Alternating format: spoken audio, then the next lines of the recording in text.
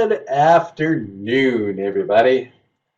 This is Phil Valentine. On the trail, I was known as Right Click. So we're set up this webinar, a monthly chat with me, live with Phil. How exciting. Well, maybe for some people.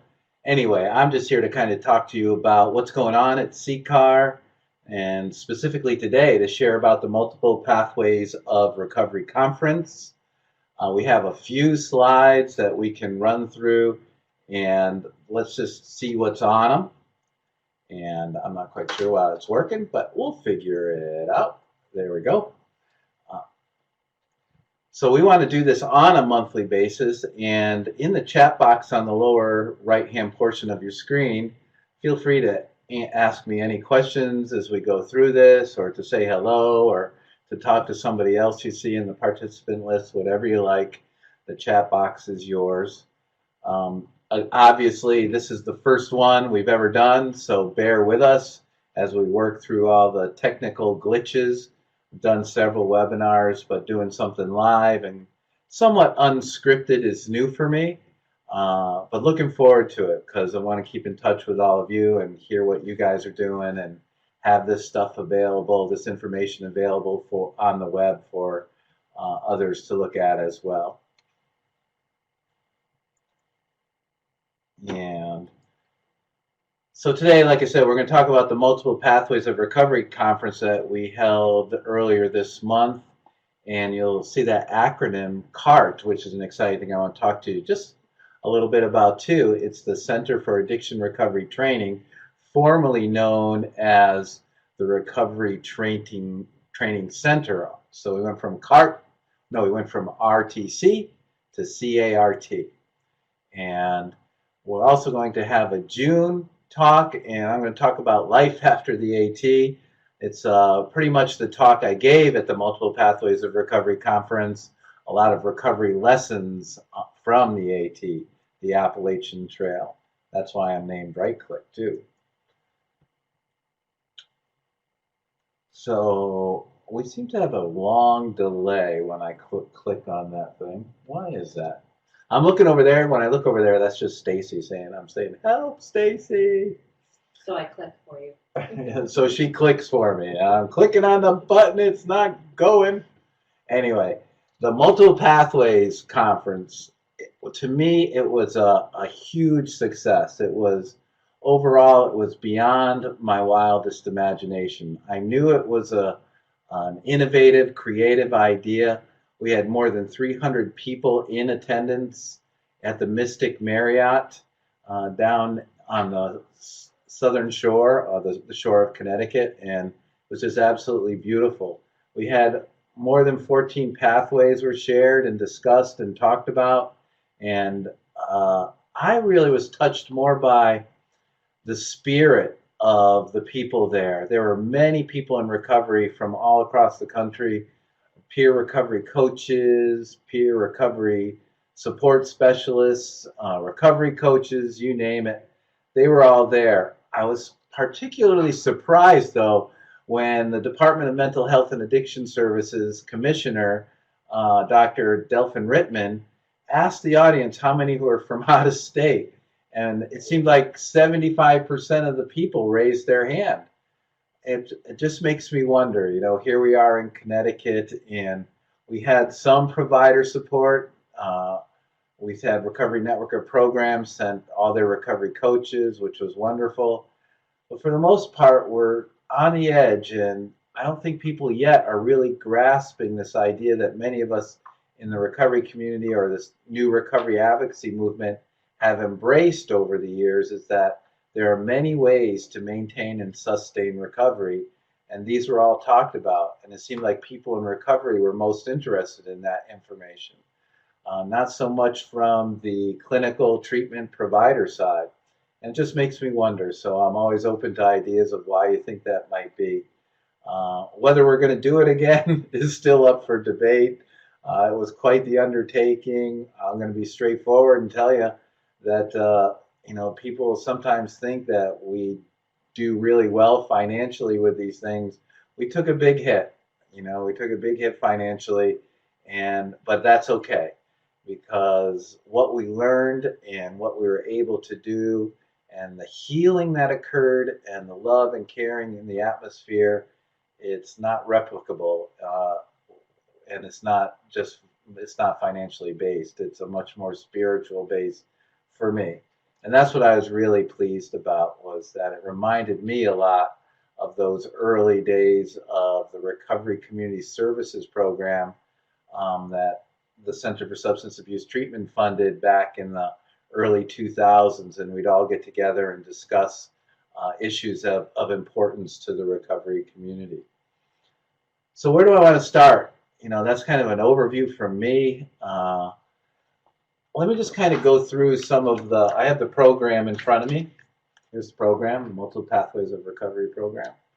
And really beautifully put together. It was May 2nd and through the 4th at the Mystic Marriott, as I mentioned, a hotel and spa, mind you. And we opened the day on Monday early on. And the first thing we did was I was able to go down and have Bill White do an interview, and it was spectacular, the video. It's not too often that you can get to sit still through an hour-long video, but Bill is so captivating and his answers are so spot on that he gave many insights in the broad perspective of what multiple pathways mean, and challenged all of us to really think about what we can support, what we believe in. And for me, I'll give you myself as an example that I talk about a lot. I talk about this in the CCAR Recovery Coach Academy, is that I was raised, if you will, in Alcoholics Anonymous. I've been in recovery myself 28 plus years. And about 10, 11 years into my recovery, I started working with CCAR. That was 17 years ago. And we were really challenged about this whole anonymity factor and could you put your face on recovery?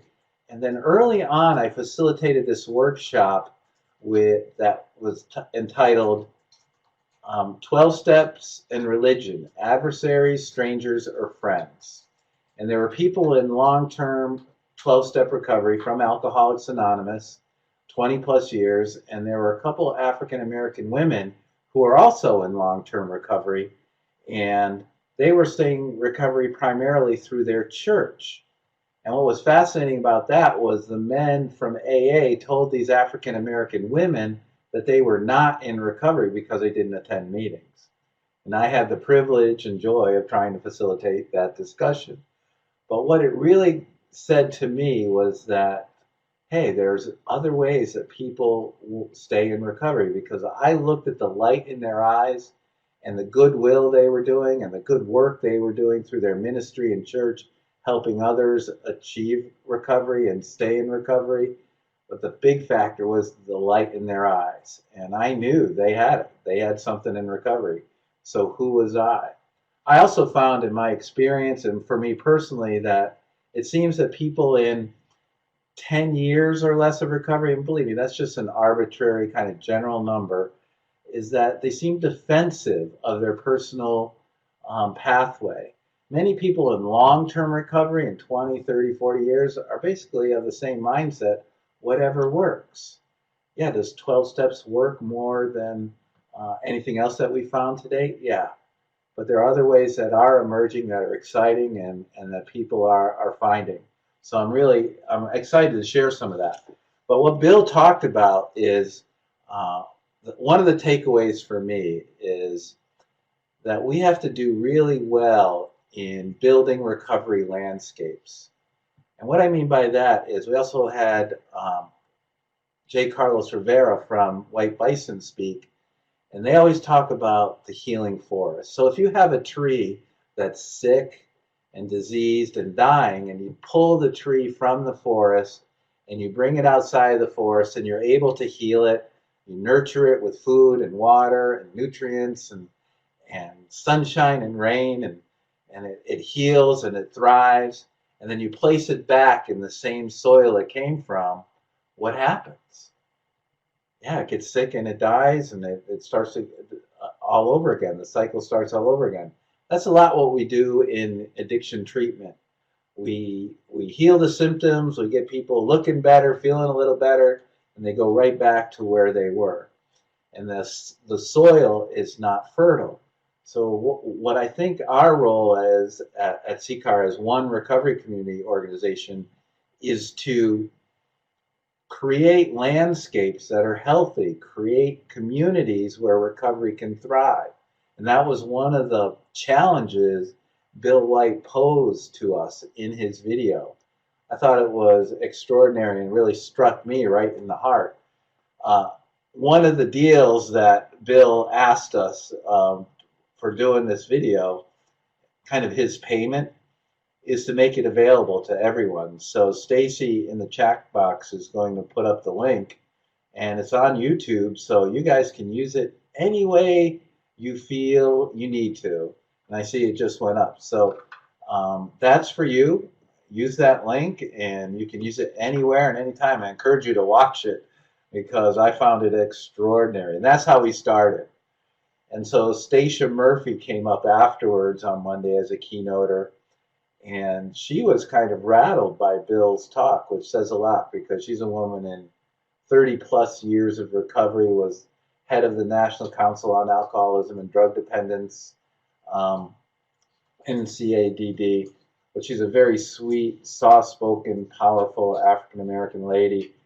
And she really talked about some things that she discovered just through Bill's talk about the effects of trauma associated with her growing up in the Deep South in the 50s, and just extraordinary stuff. Talked from the heart and talked about how AA, one of the 12-step programs, Alcoholics Anonymous, saved her life, and how that blessed her with a life in recovery and a life she could never have dreamed about.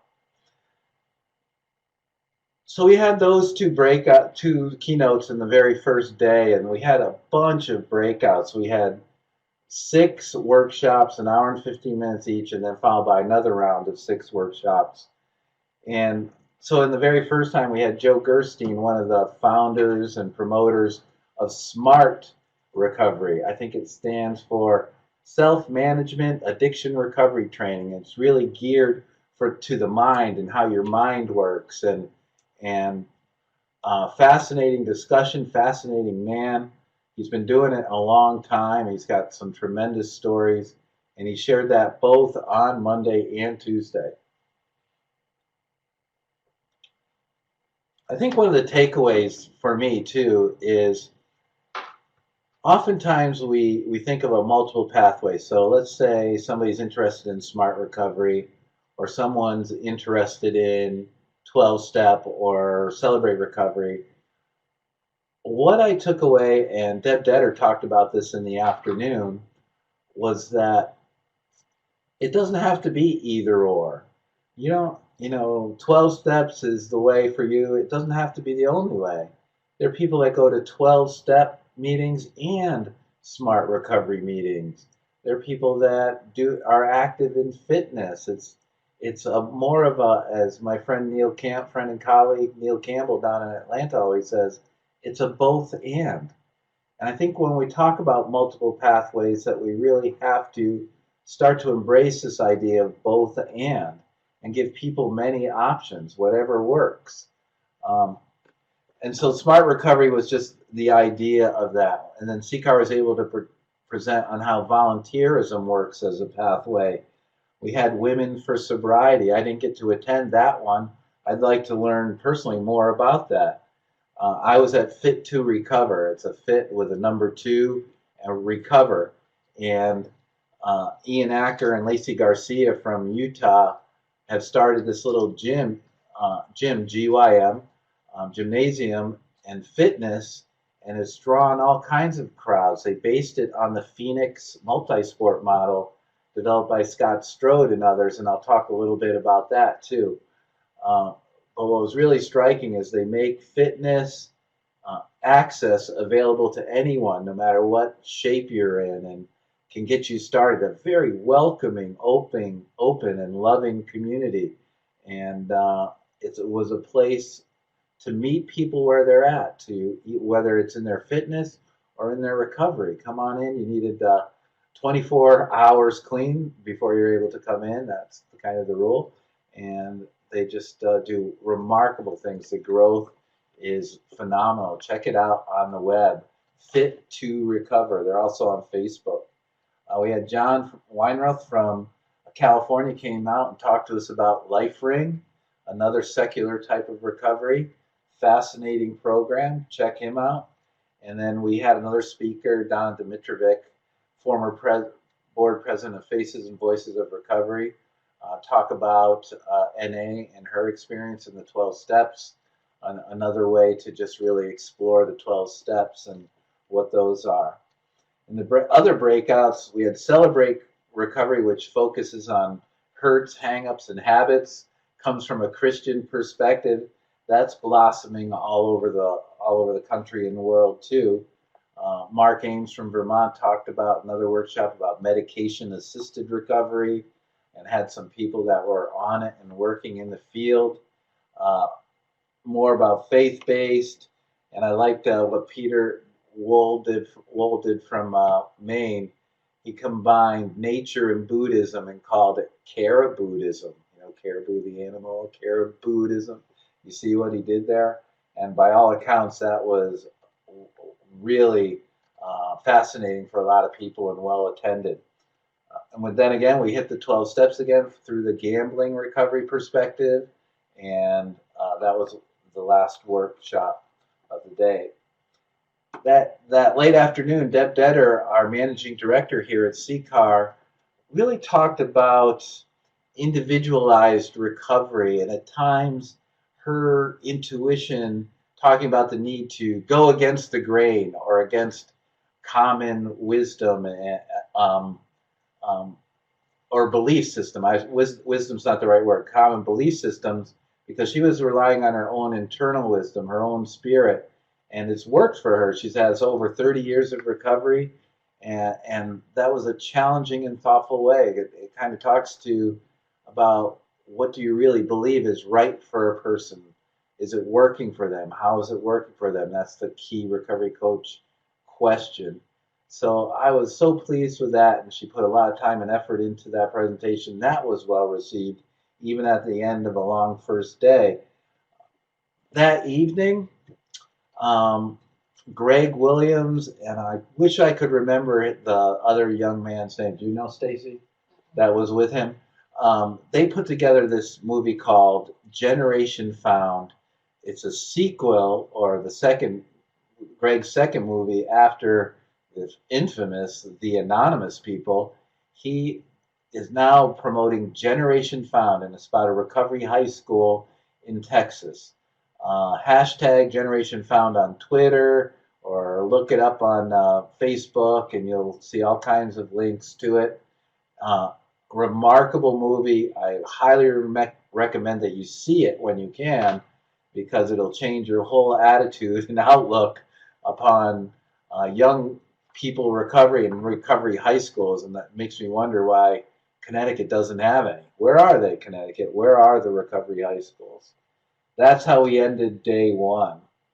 And day two, we had 3 keynote speakers. Colonel Tom Stokes talked about recovery from a veteran's perspective, and the takeaway for me is that veterans really need to be reached out to. They're not likely to reach out when they're in trouble.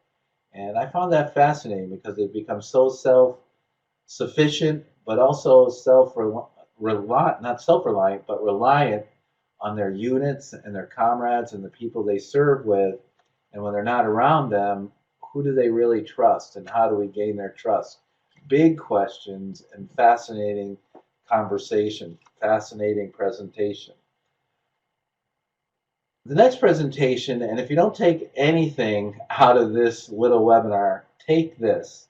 These guys, RT and Kenny from intherooms.com, Stacy's going to post www.intherooms.com, is one of the most valuable resources you can have for people who may be a little tentative about attending a meeting, or may not have the ability to access a meeting. I was so and am so impressed with their website because it's way more than just a chat box or a chat room. It has a lot to do with, um, um, so like we have video cams here. The chairperson of a meeting, and there's all kinds of meetings there, is on a video cam, and you raise your hand, and if you want to be on video cam, you go up into the Brady box, they call it, and the chairperson calls on you just like a meeting, and then you get your time to share, but the chairperson has control, and there can be anywhere from a few people to hundreds of people at any of these meetings. You get to pick your level of anonymity. You can just be a silhouette with a fake name, or you can be on webcam with your real name. That's completely up to you. So you can literally just sit in on a meeting and listen. I think I have a nephew who's out in Arizona and got admitted for alcoholism and spent several days in the ICU because of his drinking. And after he got out, he went back out and almost ended up in the hospital again. He called me finally and talked about going to a meeting. And this guy said he was basically afraid to. And I wish I had this in the rooms resource at hand, because I would have just said, well, you can go online and check out what they're like just by being online, and you have complete anonymity that way. So virtual recovery was explored, and we believe that's going to be a huge blossoming way that people are going to find recovery and stay in recovery. Will it ever replace face-to-face meetings? I don't know, but I don't think so. But who knows? I had one more thought about that. Oh, the intherooms.com now has a mailing list of more than 400,000 members, and it's growing by a few thousand every week. So check that out. Has anybody heard of In the Rooms before? If so, just type in a yes over there in the box. Make your work a little bit. Good. I'm glad to see a few people typing. I don't want to be the only one talking or working here today. In the afternoon, we had one more too about White Bison. The executive director of White Bison talked, and he really said so much about well-briety and historical trauma for Native Americans, and heart-wrenching but beautiful at the same time if those two can go together. So anything, look up, there's another website, I think it's wellbriety.org, and I think that's another link that you can go to look up all their stuff, and they share their stuff openly. It's beautiful. We had a lot of interesting things in the workshops. Some that stick out is we had a couple workshops on yoga and really how that is a pathway to stimulation of your senses and your muscles, and all really healthy things that spur and support recovery. We had an AA breakout. Doug Gould came all the way over from the West Coast and talked about his program that is faith-based. Again, Peter did his Kara Buddhism. And then we had Phoenix Multisport talk about how this idea of fitness and recovery are blended. And Scott Strode earned a CNN Man of the Year award for his work doing this. Incredible to have him talk about the program. The Phoenix part is not Phoenix, Arizona. It's the bird rising out of the ashes. And so that's really what he has seen, and his program has grown.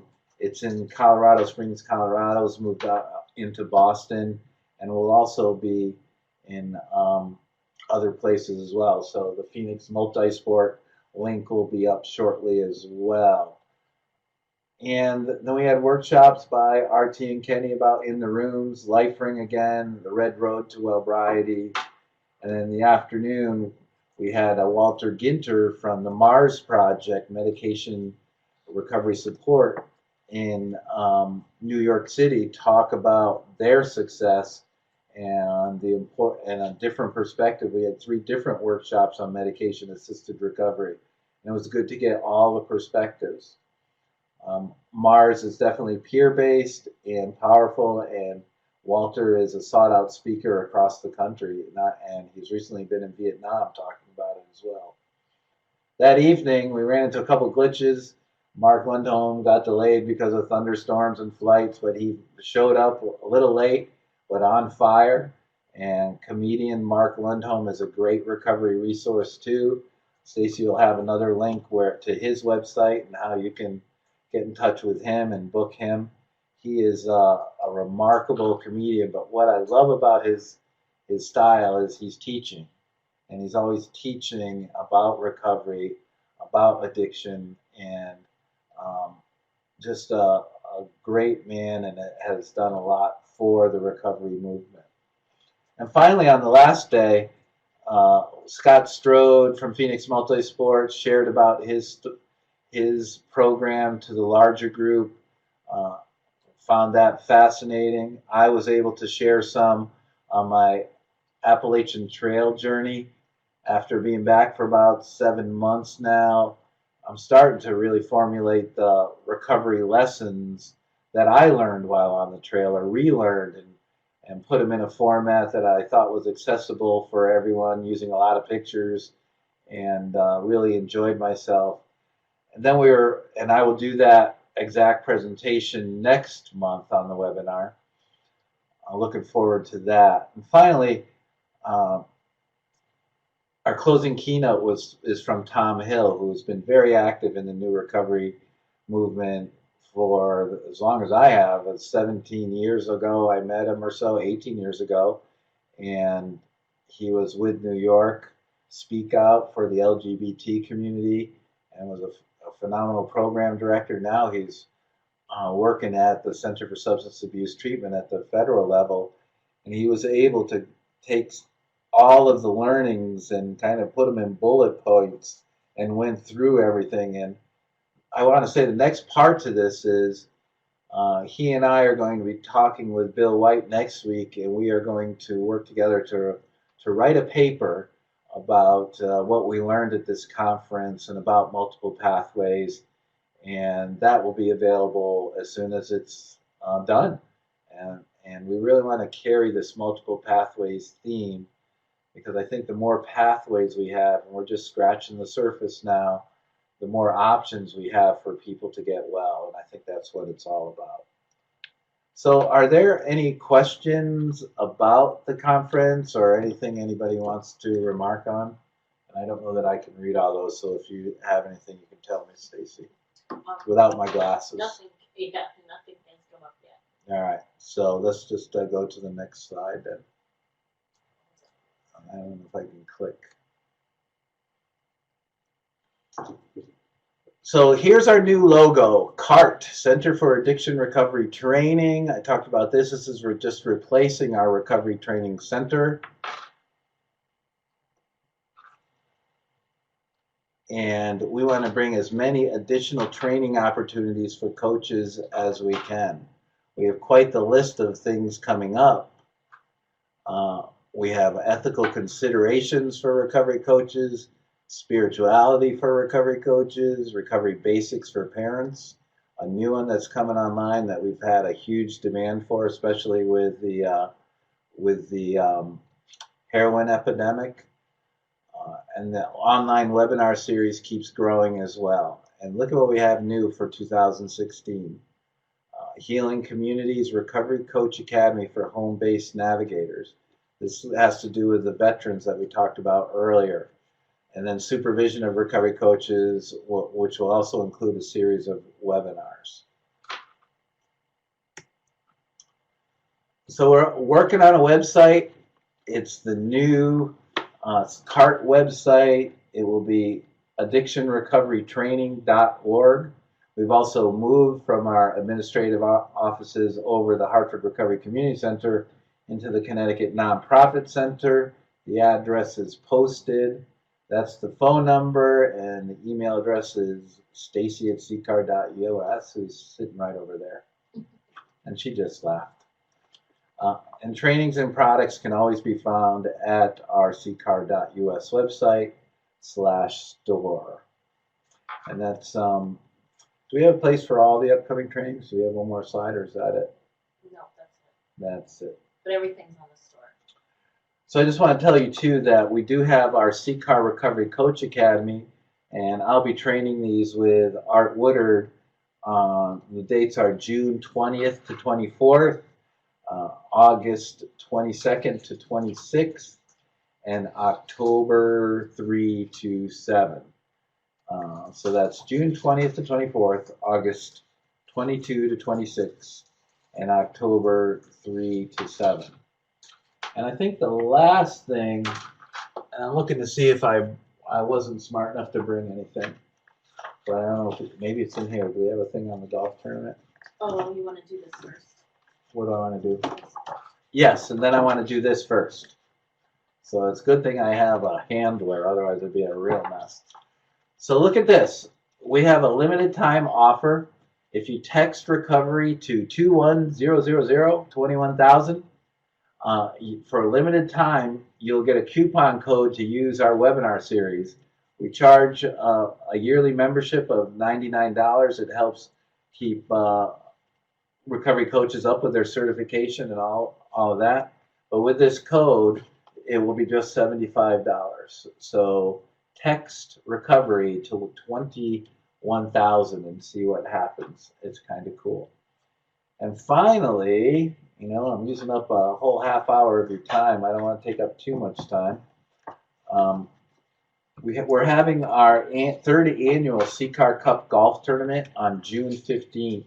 And that information can be found at, is it ccarcup.org? Mm-hmm. And I think she just put that. Yeah, I see it, right. Oh, ccarcup.org. oh, And that's good. So we'll have a time now for questions and answers. I'll show you some of the, am I on, or is that the PowerPoint? How do you know if you're on or the PowerPoint? No. It's whatever they choose to see. Oh, you can see both. Ah, and so you can see the web, some of the pictures from the conference. So are there any questions and answers? Any questions, comments? And I have the opportunity to interpret your silence. Oh, there's one. I would like to talk to someone about your recovery centers. Can you point me in a direction? We can, and I think there's a, put up Deb's email address. So for recovery centers, depending on what you want to talk, we'll talk about. Our managing director, Deb Detter, is overseeing all those, and her email is simple. It's deb@ccar.us. I'm told you heard me on a webinar and you were pointed in her direction to answer questions. Nancy Curran raised her hand. What do I do with that? Accept it.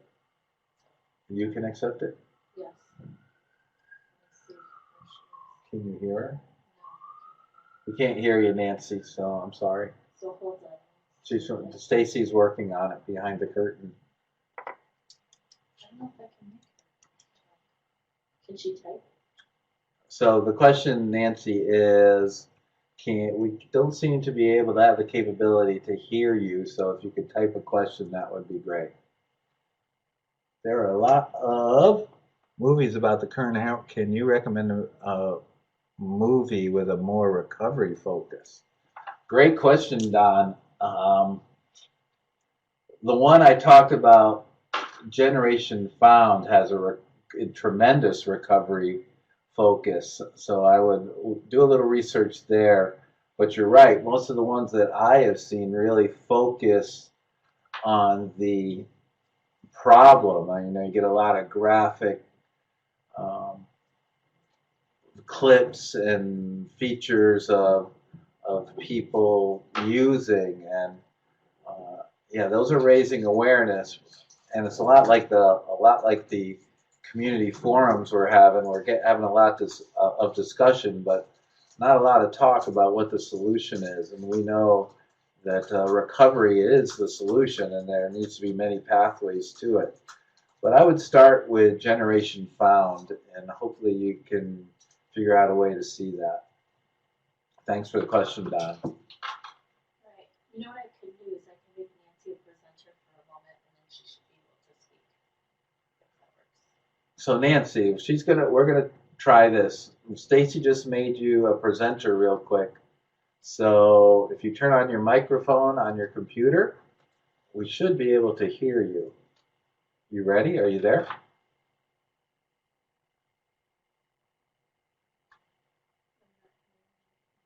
I'm sorry, we're not hearing you.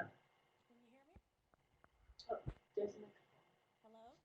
There's the microphone's up on top. Hello? Still can't hear you. Hello?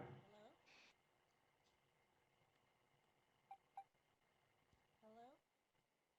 Is it muted? Mm-mm. She would have to. Hello? Does it work?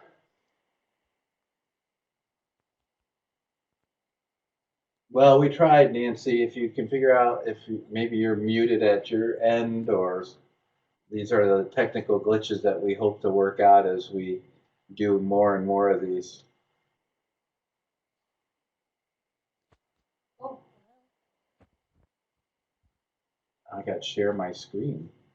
I don't know. Weird.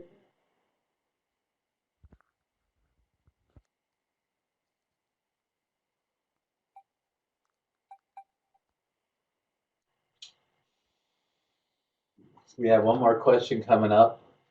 Um, what else did I want to talk about? Did I have anything else? Mm-hmm. So much is happening lately.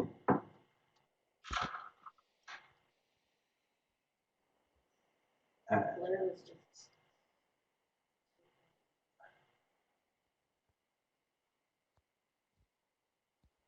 Okay, so like I said, this webinar will be available on online and On our website. on our website, on the homepage. So if you want to forward the link to anybody, feel free to do that. Otherwise, I don't want to keep it any longer than we have to. I don't see anybody else with a question or any other responses. You're all welcome. I'll see you again next month in June, same time, same place, and looking forward to doing the Appalachian Trail story with you all. Thank you and have a great day. Remember, recovery is contagious.